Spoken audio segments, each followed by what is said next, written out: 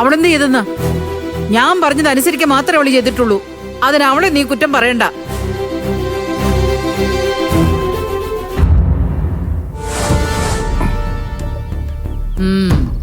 എന്നെ മൂക്കോളം കടത്തിമുക്കിപ്പോയ മാനിനാ നിൽക്കുന്നേ.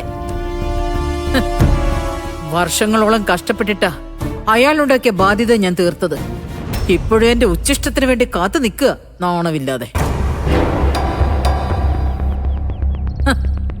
എടാ, അങ്ങനെയുള്ള ഒരാളുടെ കയ്യിൽ നിന്ന് ഞാൻ എന്തെടുത്താലും അതെങ്ങനെയാടാ മോഷണമാവുന്നത്? പറ. ഇയാള് നിന്നോട് പറഞ്ഞു അമ്മ എന്തെങ്കിലും മോഷ്ടിച്ചെന്ന് പറഞ്ഞിട്ടുണ്ടോ?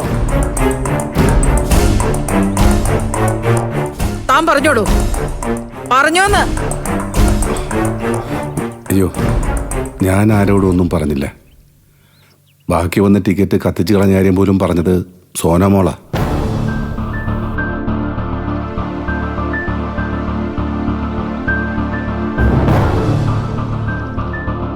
അമ്മ എന്തൊക്കെ പറഞ്ഞ് ന്യായീകരിച്ചാലും അമ്മ ചെയ്തത് മാന്യതയ്ക്ക് നിരക്കാത്ത പ്രവൃത്തിയാ.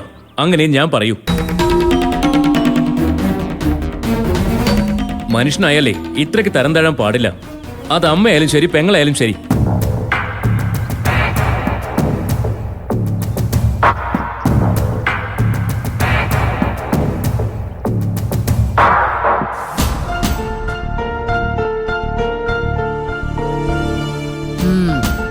തനിക്ക് ഞാൻ വെച്ചിട്ടുണ്ടോ? വെച്ചിട്ടുണ്ട്.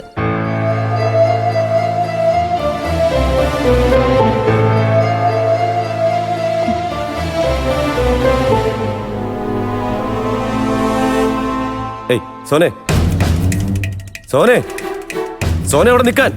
എടി നിൽക്കാനല്ലേ പറഞ്ഞേ?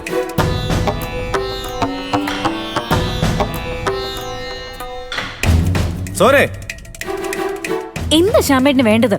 എനിക്ക് സത്യം അറിയണം. നീ കൂടി അറിഞ്ഞോണ്ടാണോ സമ്മാനം അടിച്ചാൽ അദ്ദേഹത്തെ അറിയിക്കാതെ നിന്റെ അമ്മ സമ്മാനത്തുക അടിച്ചു മാറ്റിയത്? അടിച്ചു മാറ്റിയെന്നോ? ശ്യാമേട്ടന് ഇങ്ങനെയുള്ള ഭാഷയൊന്നും ഉപയോഗിക്കണ്ടേ. സമ്മാനം എടുത്തു എന്നുള്ള സത്യം, അതിനുള്ള അവകാശം അമ്മയ്ക്കുണ്ട്. അത് ആ മനുഷ്യനെ സമ്മതിച്ചല്ലോ. പിന്നെ ശ്യാമേട്ടന് മാത്രം എന്താ ഇത്ര പ്രശ്നം? എടി, എനിക്ക് പ്രശ്നമുണ്ടടി. നിന്റെ അമ്മ എന്ത് വേണമെങ്കിലും ചെയ്തോട്ടെ, ഞാനതിൽ തലയിടുന്നില്ല. പക്ഷേ അവരുടെ കള്ളത്തരത്തിന് എന്റെ ഭാര്യ കൂട്ടു നിൽക്കാൻ പാടില്ല. അത് ഞാൻ അനുവദിച്ച് തരത്തില്ല. ഒരു തട്ടിപ്പിന് കൂട്ടു നിന്നിട്ട് അതിന്റെ പ്രതിഫലമായ ഒരു സ്വർണ്ണമാല സ്വന്തം മകൾക്കായിട്ട് വാങ്ങിക്കുക. നാണമില്ലല്ലോടി നിനക്ക്? ശ്യാമമോടെ കഴുത്തിലെങ്ങാനും നീ ആ മാല ഇട്ട് കൊടുത്താ പൊട്ടിച്ച് ദൂരെ എറിയും ഞാൻ, പറഞ്ഞേക്കാം. പിന്നെ ഞാൻ എന്റെ കൊച്ചുമോൾക്ക് കൊടുത്ത സ്വർണ്ണമാല പൊട്ടിച്ചെറിയാൻ മാത്രം നീ വളർന്നോടാ? എങ്കിലും എനിക്കൊന്ന് കാണണമല്ലോ. എടാ, ആദ്യം സ്വന്തം കുഞ്ഞിന് ഒരു തിരി സ്വർണം വാങ്ങിച്ചു കൊടുക്കാനുള്ള പ്രാപ്തി നീ ഉണ്ടാക്ക്. എന്നിട്ട് മതി കിട്ടിയത് നിരസിക്കുന്നത്. എന്റെ മകൾ സ്വർണ്ണമാല ഇടണമെന്ന് എനിക്ക് അത്ര നിർബന്ധമൊന്നുമില്ല. എന്റെ കഴിവനുസരിച്ച് അവള് ജീവിച്ചാ മതി. അതുകൊണ്ട് ആരും കട്ട മുതൽ എന്റെ മോൾക്ക് സമ്മതിക്കണ്ട. എടി, നിന്നോടുകൂടിയാ ഞാൻ പറഞ്ഞത്. ഇനി മേലെ ഇതുപോലുള്ള കാര്യങ്ങൾക്ക് കൂട്ടുനിന്ന് ഞാൻ അറിഞ്ഞാ ഇതുപോലെ ആയിരിക്കത്തില്ല കാര്യങ്ങൾ. നിന്റെ മുഖം അടിച്ചാൻ പൊട്ടി. മാറി നിൽക്കണം അങ്ങോട്ട്.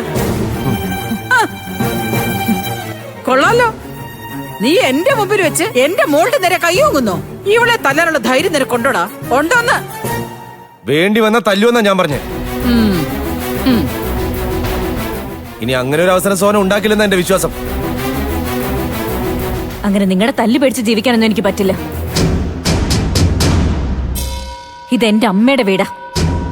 എനിക്കിവിടെ അമ്മ പറയുന്നത് അനുസരിച്ച് ജീവിക്കാനേ പറ്റൂ. എനിക്ക് മാത്രമല്ല, നിങ്ങൾക്കും.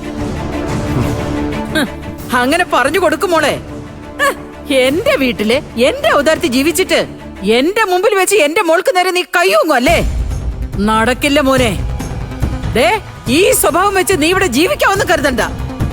ദേ, ഇപ്പോ എന്റെ മുമ്പിൽ വെച്ച് നീ എന്റെ മോളോട് മാപ്പി ചോദിക്കണം. ഇപ്പോ ഇല്ലെങ്കിലേ ഈ നിമിഷം നീ വീട്ടിൽ നിന്നിറങ്ങണം. കേട്ടല്ലോ? നീ ഇനി അവളെ നോക്കിയിട്ട് കാര്യമില്ലടാ. ഇത് എന്റെ തീരുമാനോ. നിനക്കിവിടെ സോനയുടെ ഭർത്താവായിട്ട് ജീവിക്കണമെന്നുണ്ടെങ്കിൽ എന്റെ മോളോട് നീ ക്ഷമ ചോദിച്ചേ പറ്റൂ. ഇല്ലെങ്കിലേ നിന്നെ ഈ വീട്ടിൽ നിന്ന് സുശീൽ ഇറക്കി വിട്ടിരിക്കും. ഇറങ്ങി പോടാ ഇവിടുന്ന്. ഇറങ്ങി പോകാനാ പറഞ്ഞേ. നോക്കി നിൽക്കാതെ ഇറങ്ങി പോടാ ഇവിടുന്ന്. എടാ ഇറങ്ങി പോകാനാ പറഞ്ഞേ.